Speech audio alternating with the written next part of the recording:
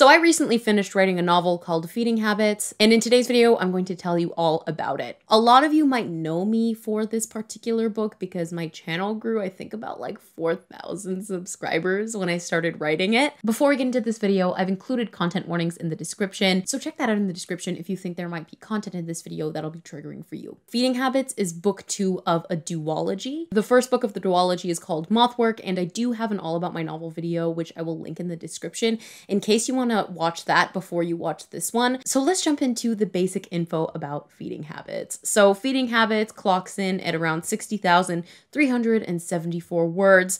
Now I haven't fully edited it yet. I'm assuming it's gonna maybe stay a similar length or go up a little bit in terms of word count because I do have some ideas for some developmental edits that I want to make. So like I said, this is book 2 of the Mothwork duology, and Mothwork is a spin-off series of a larger series called Fostered. Now, if you didn't catch my How I Accidentally Wrote a 10-Book Series video, I will put that up in the cards and also in the description. So the point of view of Feeding Habits is third person limited. It's also in present tense. So the point of view is split between two characters, Lonan, who narrates the first part of the book, which is called Metabolism, and then Harrison, who narrates the second part, which is called Health. So Lonan's section of the book is about 24,000 words long, where Harrison's is a bit longer at about 36,000 words long. So the genre and age category of this book is adult literary fiction. In terms of the setting, it is set in the United States. I'm Canadian, so it's a different setting than I'm used to. In particular, it takes place in Las Vegas, Manhattan, and Buffalo, New York. So the publication status, this book is not going to be published.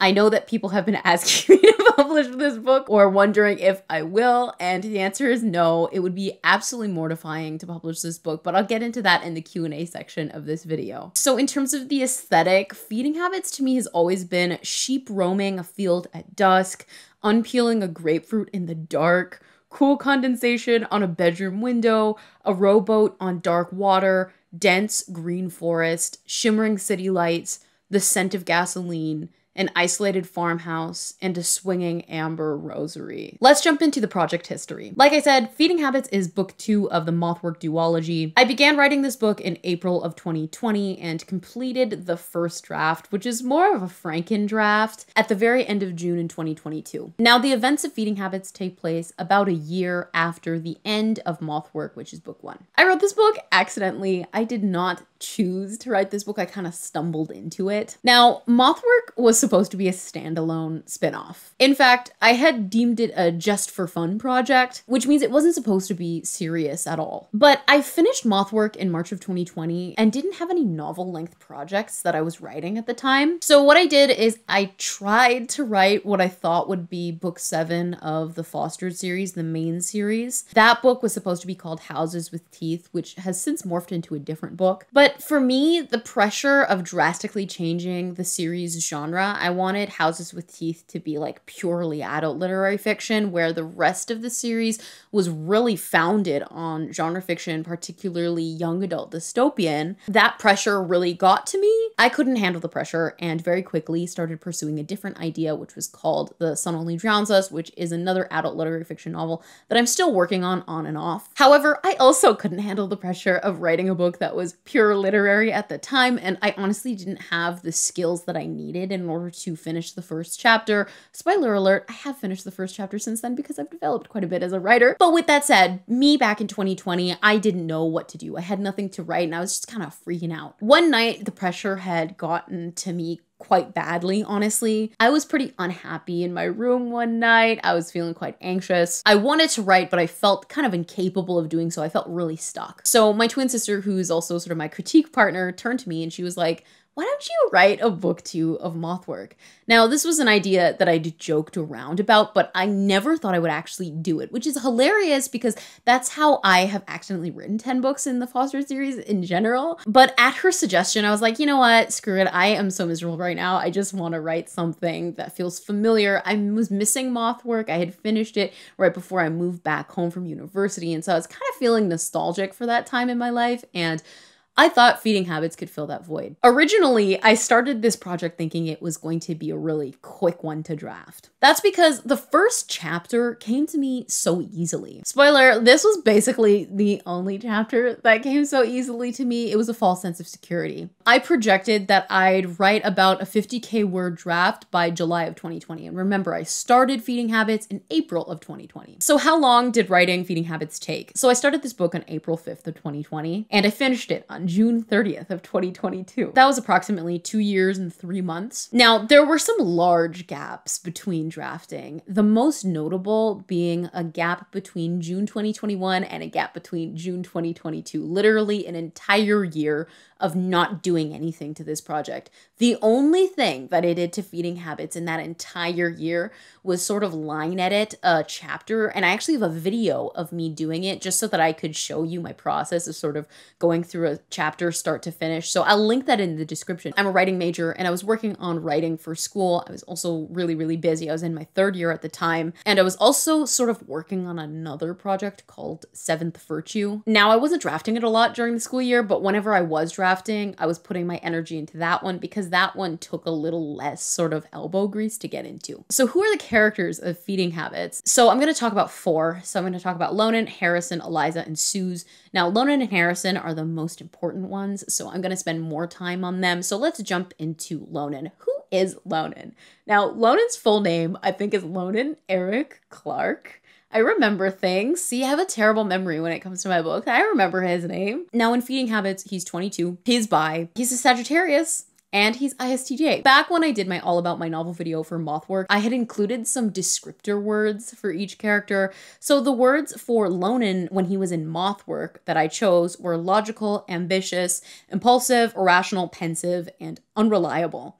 So the words that I've chosen for him this time around for Feeding Habits are pensive, sensitive, empathetic, paternalistic, complacent, fearful, and compassionate. Lonan is my baby, but I also feel really, really bad for him in this book. Having turned inward after an isolating year in Las Vegas, Lonan is in a sensitive place, increasingly reminded of his abusive father and struggling to contend with his relationship with his girlfriend Eliza, and also speaking little to no one. Lonan's presence in Feeding Habits is more similar to that of a ghost rather than that of a person. Introverted, intense, quiet, and deeply traumatized by Catholicism. An aspect of Lonan that's different in Feeding Habits in comparison to Mothwork is his underlying drive for rectification. Struggling to understand how his desire for fatherhood and also his own sonhood collide, and also still grappling with losing stability in his ex-boyfriend Harrison, he turns to a relationship over the phone with an old friend and also his old ex-girlfriend. But I mean, it's just his friend in this book. Glenn, who's also stuck in a toxic situation. Stuck in a desperate place where his past has started to catch up with him. Lonan plays a more passive role in his story this time around in comparison to Mothwork, with external factors motivating his actions. And that's different to book 1, where often his active, poor decisions led to plot development. So Lonan changed so much in Feeding Habits. I think he's really turned into the character that I now know today. Like,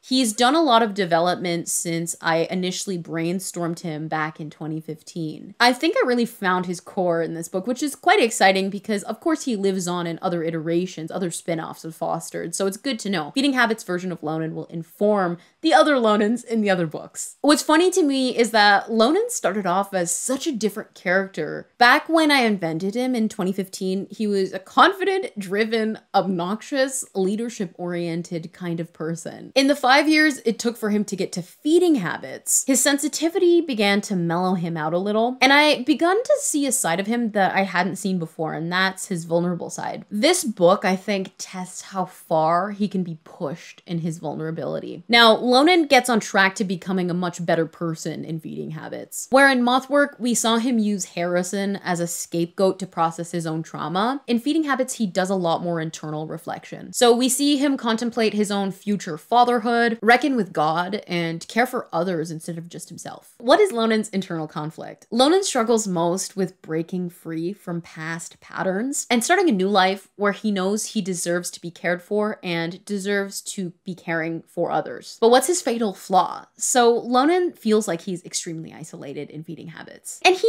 is, but he feels that way to the point where he continually and actively isolates himself in attempts to match what's being done to him. Instead of dealing with his demons, he runs from them by internally isolating himself. So let's jump into the next character, who is Harrison. Now, Harrison's full name, Harrison Matthew Frost. I got it. I'm on a roll. So Harrison is 22 in feeding habits. So him and Lonen are the same age. He's like a month older than Lonen. His birthday is November 3rd, and then Lonen's birthday is December 9th. He's a Scorpio, and he is ENFP. He's actually really not extroverted in this book. The words that I chose from him when I was doing the Mothwork video were loyal, amiable, rational, empathetic, giving, and dependable. And the words I chose for him for feeding habits are completely different. But I chose loyal, aloof, irrational, jaded, selfish, rigid, pessimistic, impulsive, and stubborn. I promise I tried to look for positive ones, but there are only negative ones that I could make relevant to Harrison. Harrison is really my heart and soul. I love him so much. He does so much growth in feeding habits, but in contrast to Mothwork, it's not positive growth at all. Feeding habits follows Harrison in quite a difficult place in his life. He's experiencing pretty much a depressive episode throughout the entire book. Unhappy with what should be an exciting, fresh start in New York City, Harrison doesn't know what to do with himself most of the time. Though he reunited with his estranged mother, Susanna, and eventually learned to love her despite their rocky past, he can't help but feel like he's lost a part of himself in the process. He spends most of his days alone in his room despite his mother's attempts to help him. He also becomes self-destructive as an attempt of self-preservation. While most of Harrison's decisions in Mothwork were made in an attempt to help others, his decisions in feeding habits are made with his best interest in mind. Where once he genuinely had empathy for people in his life and dedicated himself to supporting them, his year apart from Lonen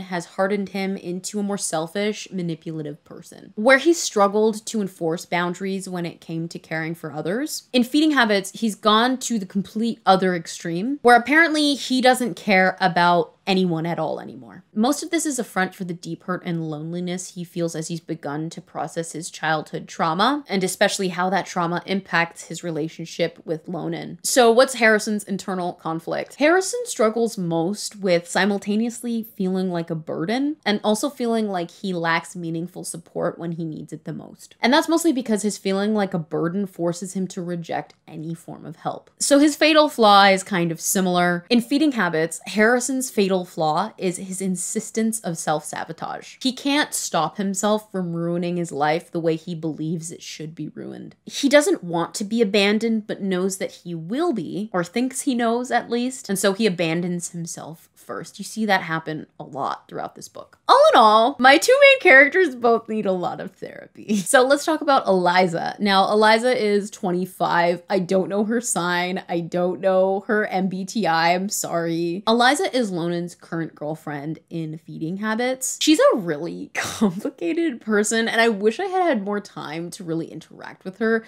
because she's such an interesting character. I'd kind of like to pluck her and put her into one of the other fostered books in the future. Where in Mothwork, she was able to contain her desire to unpack her trauma via Lonen. In feeding habits, she's unable to upkeep her facade of a caregiver. Eliza is a tough character because in these books, she's seen as a bit of an antagonist, but I'm not sure really how much of that impression is true. I mean, a lot of it is true, but we're seeing her through really biased or distorted lenses. Regardless, most of Eliza's decisions are made out of a desire to preserve the past by manipulating the present. So the thing about Eliza, if you didn't watch the Mothwork video, is Eliza used to be Lonen's father's ex-girlfriend. And because of that, she spends a lot of the book unpacking her own trauma of what it was like to be in a relationship with Lonen's father. And then And she also projects her desired future onto Lonan, so far that she refuses to believe any other present could be true besides her imagined one. And you see her kind of dip into that irrationality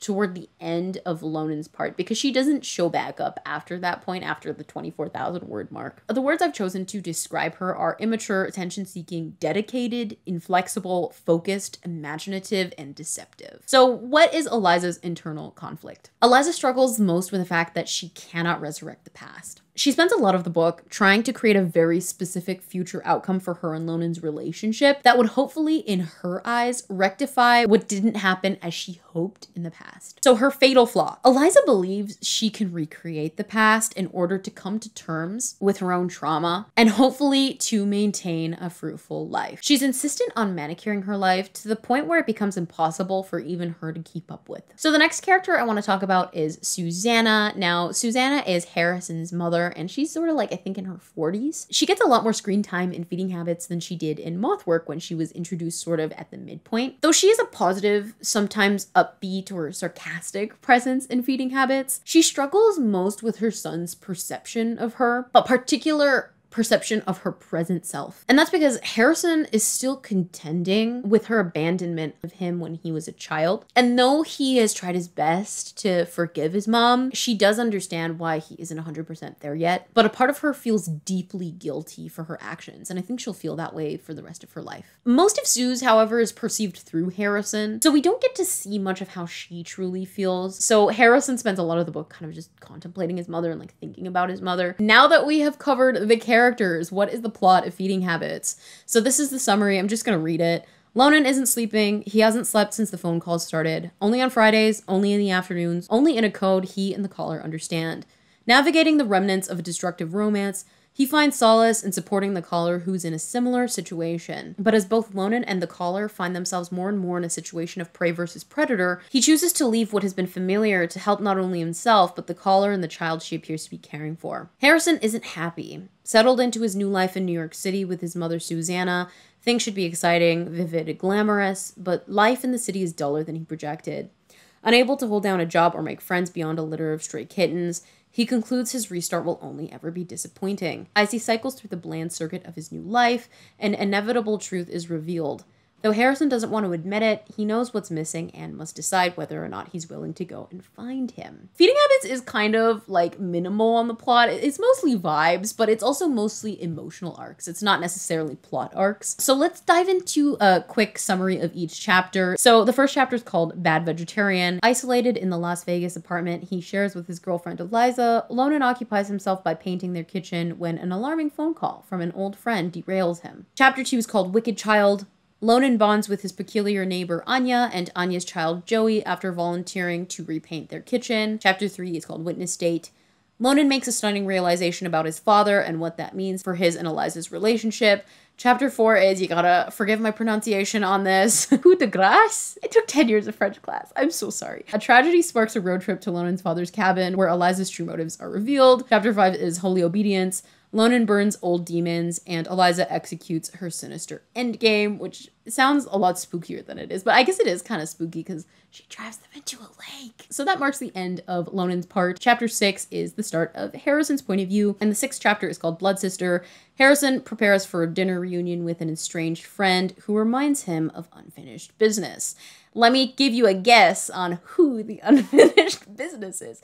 It's Lonan. So chapter 7 is called Weeping Statue. Harrison meets a new man when he spontaneously sets out to find a memory of Lonan and returns home to an unexpected visitor. Let me give you a second to guess who the unexpected visitor is. Chapter 8 is called Land Mammal. As Lonan's return feels like a cruel twist of fate, Harrison attempts to regain control of his life on a destructive canoe ride. Chapter 9 is called Initial Condition. To help them repair their fractured relationship, Susanna sends the boys on a road trip to Buffalo. And the final chapter is chapter 10, called Something Held. At a motel, Harrison reckons with Lonan's buried demons and attempts to make amends.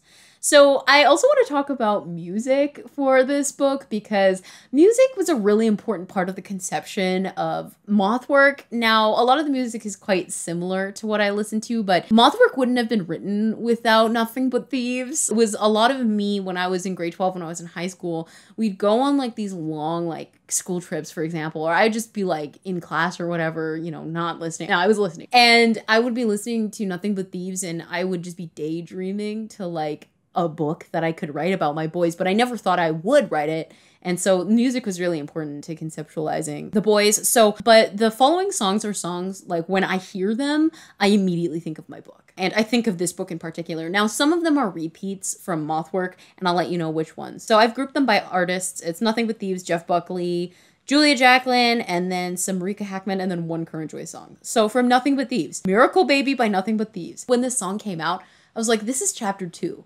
It was like a year after I wrote chapter 2, and it was like the same energy. Free If We Want It by Nothing But Thieves. I Was Just a Kid by Nothing But Thieves, which is a Mothwork staple, still very relevant to feeding habits.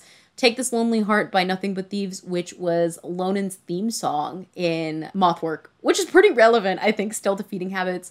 Excuse Me by Nothing But Thieves, which is like Harrison going through a hard time vibes. That was also a Mothwork staple, one of the reasons why I wrote the book. Honey Whiskey by Nothing But Thieves, which is also one of the reasons why I wrote Mothwork and still super relevant to feeding habits. The next is the Jeff Buckley section. So Jeff Buckley's version of Hallelujah was really important for me writing, I think, chapter 4, but also Rufus Wainwright's The Shrek version on the Shrek soundtrack. Corpus Christi Carol by Jeff Buckley. Forget Her by Jeff Buckley, which is Eliza. Lover You Should Have Come Over by Jeff Buckley, which was super important actually to Mothwork, but I mostly listened to the Nothing But Thieves cover because I wasn't really into Jeff Buckley when I started writing Mothwork. And then Feeding Habits was like Jeff Buckley era. So of course we got into the actual, you know, the King version. And then Mojo Pin by Jeff Buckley. Then for Julia Jacqueline, Don't Know How to Keep Loving You by Julia Jacqueline, which is the whole book. Comfort by Julia Jacqueline, which is Harrison 100%. Pressure to Party by Julia Jacqueline, which is also Harrison. The next songs are by Marika Hackman. I'm Not Where You Are by Marika Hackman, which is like both of my boys. My Lover Cindy by Marika Hackman, Harrison being messy. Eastbound Train by Marika Hackman, Harrison feeling hurt bay. And then finally, Current Joy song, The Unbearable Lightness of Being, which is 100% Harrison energy in chapter 7. So now let's jump into the Q&A for this book. Number 1, describe your novel in one sentence for those who have no prior knowledge of the Fostered series. Lonan, stuck in a toxic relationship, and Harrison, disappointed by his New York City restart, find themselves on separate trajectories toward inevitable isolation until Lonan finds purpose in helping out an old friend, and Harrison realizes his dull reboot could be revitalized if he seeks out what or who is missing. What were some things that inspired this book? Movies, TV, music, etc. Nothing But Thieves. I owe my life to Nothing But Thieves. Jeff Buckley's album Grace was, I think, one of the only things I listened to for a really long time when I was writing this book. Every single song is so feeding habits. It's just something about like the tone of the music. I don't know. It just matches feeding habits so well. Feeding Habits and Mothwork initially were really inspired by Jeff Buckley's song Lover You Should Have Come Over, but particularly the NBT cover. Then, like I said, of course, the beautiful tone of Grace by Jeff Buckley. So that music was really important in shaping the book. But when I started watching a TV show called Hannibal, which if you are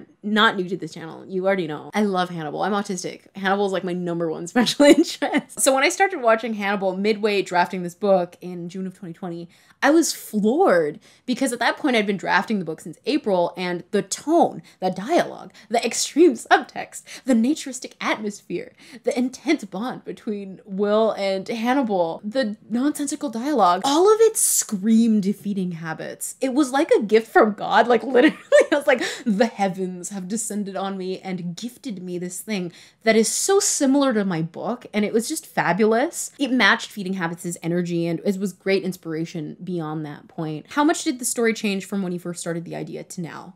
So the story initially was supposed to be about Lonan. Everything screamed Lonan. The title, the themes, the tone, the style, everything was Lonan. And then I kept writing with Harrison. And I realized this book was so much more about him. This was always about him. I hadn't meant for it to be like that. It was supposed to be a brooding, tense, philosophical book because these are all of the things Lonan is. And now Lonan's point of view is a lot like that. And Harrison's is sometimes like that, But it's also mostly a lot more no bullshit. Now that I've written Harrison's, I can kind of see what else I want to do with the book, how I want to expand on the themes, how I want to deepen what's already on the page. On a scale of 1 to 10, compared to other books, how difficult was it for you to write Feeding Habits? Absolute 10. It was so freaking difficult. I took it quite personally, like very emotionally when this book wasn't working out. Even though I knew I shouldn't have, it was just like this story is so important to me. These characters were so near and dear to me. And so when it wasn't working out, it was really, really hard for me. I never would wish this experience of drafting a book onto anybody else because it was so hard. It might have also been because my goal was not for this book to be difficult to write. And when it did end up being difficult, it felt even worse. It felt pretty cruel, I think, in a sense. Is there a plan / possibility for Feeding Habits' future publication? Absolutely not. So I just want to talk about this for a second. I do have the audiobook chapters. I was doing a project. I was doing a project where I was recording some of the chapters. I wasn't sure if I was going to do the whole book. I think I said at one point that I would, but originally I was only going to do chapter 1, but I have 1 to 4 on my channel if you want to listen to them. Now they're kind of bits and pieces of the chapters because I didn't get to include all of the scenes because some of them, I try to keep everything PG-13 on my channel. So some of them I had to cut out. I think it would be extremely mortifying, like beyond embarrassing to publish Feeding Habits or like to publish Mothwork. I'm sure like to somebody they're publishable, but to me they're so personal. They're mine. I feel bad saying that, but like I'm going to be selfish with these books. Like they're my thing. I don't want to feel like somebody else is looking at this thing that started off as a means for me to protect and to elevate my mental health. Like Mothwork, I started when I was really not doing very well when I was in grade 12. And I think it would be too much for me mentally to put that kind of on stake. I wouldn't want to do that to 17-year-old Rachel who started Mothwork, who wrote this as a means to make herself feel better. I wouldn't want to like risk, you know, basically myself to put the book out there for other people to read. It was already difficult enough, I think, toward the end of like, you know, when I posted chapters 3 and 4, those were really hard. I enjoyed posting 1 and 2, but 3 and 4 just made me beyond anxious to the point where I was like uploading other videos after them to kind of bury them because I was embarrassed. But yeah, I promise that I share the best parts of Feeding Habits. And the best part of not wanting to publish these books is that I can spoil the crap out of them for you. So if you want to know more, like if you want me to read certain scenes like to you on video or to share them somewhere, just ask and I'll do it because I'm very open about it. I just want to be able to control how much of the project and when is being released. What was the most difficult part of writing the process of this novel? So for me, it was dealing with how much it changed as I changed. I talked about this in my 11 things I learned after finishing my 11th novel video. It was so hard to figure out what I wanted as my taste started to change when I was writing this book. I essentially went through a second writing puberty while I was writing this book, and a lot of the themes I didn't really love so much. Like Lonin's point of view, I kind of find a little bit cringy. I hate to say that about my own writing, but I kind of struggle to enjoy his point of view. It's so serious to the point where it's like losing a bit of its humanity. I think maybe, I mean, being mean a bit, but it was hard to keep up with, honestly. I wish I had kind of drafted it a little bit quicker, but I did talk about it in that video. At the same time, I'm happy I didn't because I unlocked so many different things I never would have known otherwise. When did you feel like giving up most and why? So I have an answer for this. It was mid-2020, so very shortly after I started writing this book. It was when I was drafting chapter 3 of this book, I think around June. Chapter 3 was such a disaster and it derailed the project so much. Chapters 1 and 2 in comparison were complete breeze. And chapter 3 sort of colored what the rest of the writing process would look like. It took about 2.5 months to draft it alone. And it wasn't even that long of a chapter. I think it was like 3,000 words. Like it wasn't a very long chapter. Maybe it was a bit longer, but I had felt invested in the project at that point, but was so early in the process that it was hard for me to want to keep going because I was only like, I don't know, less than 20,000 words in. I was only on the 3rd chapter, but I felt like I didn't want to quit, and that was hard to contend with. I don't want to quit, but also I want to quit. That was the hardest part for me, I think. What is your favorite scene that you've written in this project? I don't know. For some reason with Feeding Habits, I struggled to like remember that there's a favorite thing, like something that I like about this book, even though, you know, I don't hate it. I do like it. Probably the canoe scene in Land Mammal, which is chapter 8. This is one of the only writing sessions that I can remember enjoying while I was writing Feeding Habits. And I think the reason why I liked it so much is because it mimics the opening of Mothwork so much, because in chapter, I think 2 of Mothwork, the boys go in a canoe. Like the original title of Mothwork, like the working title before I had titled it, was Boys on a Boat because Lonan and Harrison spent like quite a bit of time like on a canoe on the water. It was very isolated in the night. And so it was nice to kind of revisit the exact same kind of vibe. This scene has a certain unhinged, hurt bay intensity to it as the boys reunite for the first time in a year. It's emotional for them, and also Harrison's not happy. He's happy, he's angry, he's devastated, he's embarrassed, and he gives this, you know, killer line of dialogue that I think is kind of funny. It's where the chapter title comes from. Lonan's like, I don't swim anymore. I don't like water. And Harrison's like, you don't? You're a land mammal, rhinoceros, hippopotamus. I just like that he called Lonan a hippopotamus. That's pretty funny.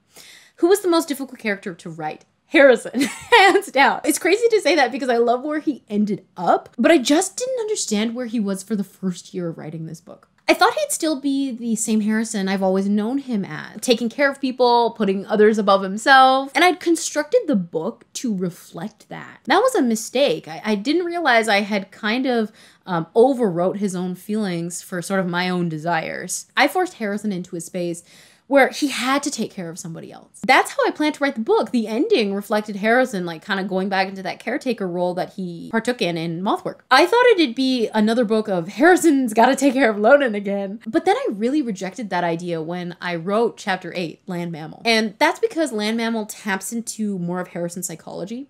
So he currently cannot take care of somebody else. He's incapable of doing it. He's not in a place mentally where he can. And of course, he also doesn't really want to. I had to reshuffle the entire ending because of this realization. If you'd watched a couple of my vlogs from last year, I talked about writing a chapter called Swan Song.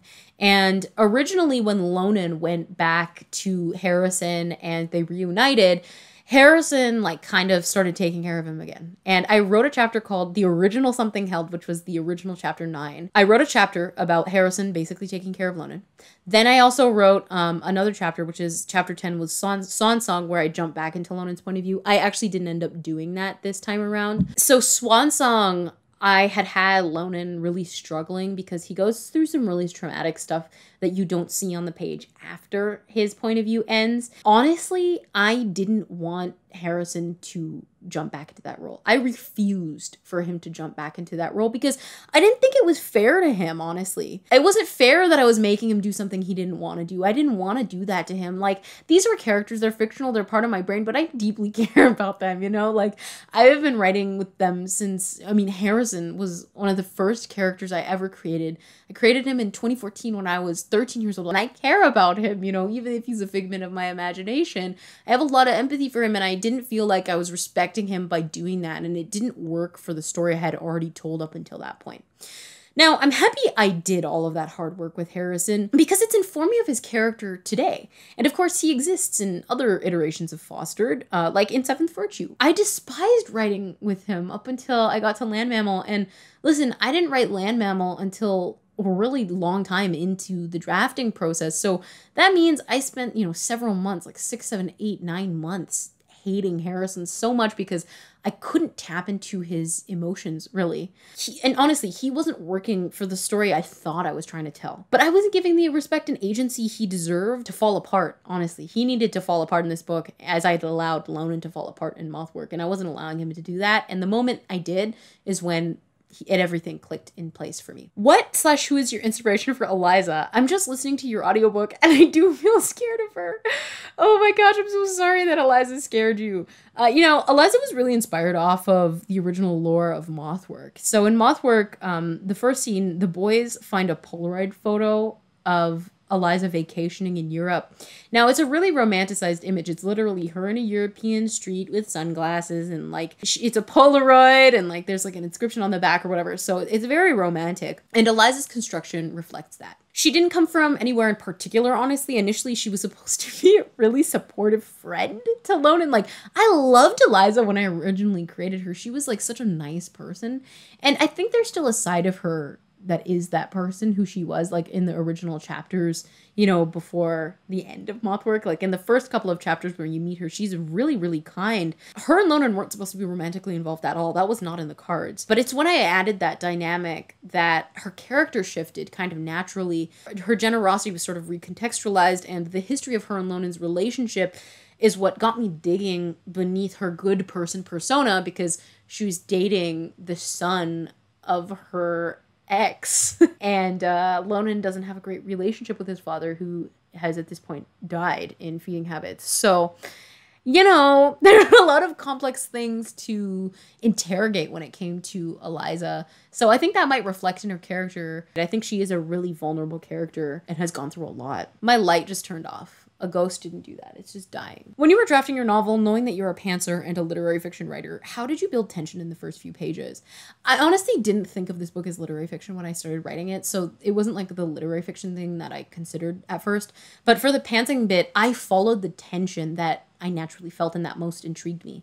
So Eliza asking Lonan to paint her kitchen blood red despite her vegetarianism was interesting to me. I thought that was quite compelling. Then Lonan's mechanical life was quite intriguing to me. Those both led me to introducing Anya, and Anya led me to introducing Anya's son, Joey, which conjured a bunch of paternalistic desire in Lonan. That shaped him going to his father's cabin later on in the book, where he experienced a lot of childhood abuse, and eventually sort of leads into the rest of the book, the ending of his part at least. How did you go about figuring out how to structure your novel, like perspectives, where to start, where to end, etc.? Now, structure was really hard for me with this book, and I still think it might, like, the book might be a little bit thin in some places. Mothwork, like I said, was structured Harrison, Lonan, Harrison, and they both had, like, I think, I don't know, 20,000 words or so. So I thought I'd do the opposite for feeding habits. So I thought I would do Lonan, Harrison, Lonan. But I ended up just doing Lonan, Harrison. Most of these decisions were intuitive and came to me months after I'd finished drafting.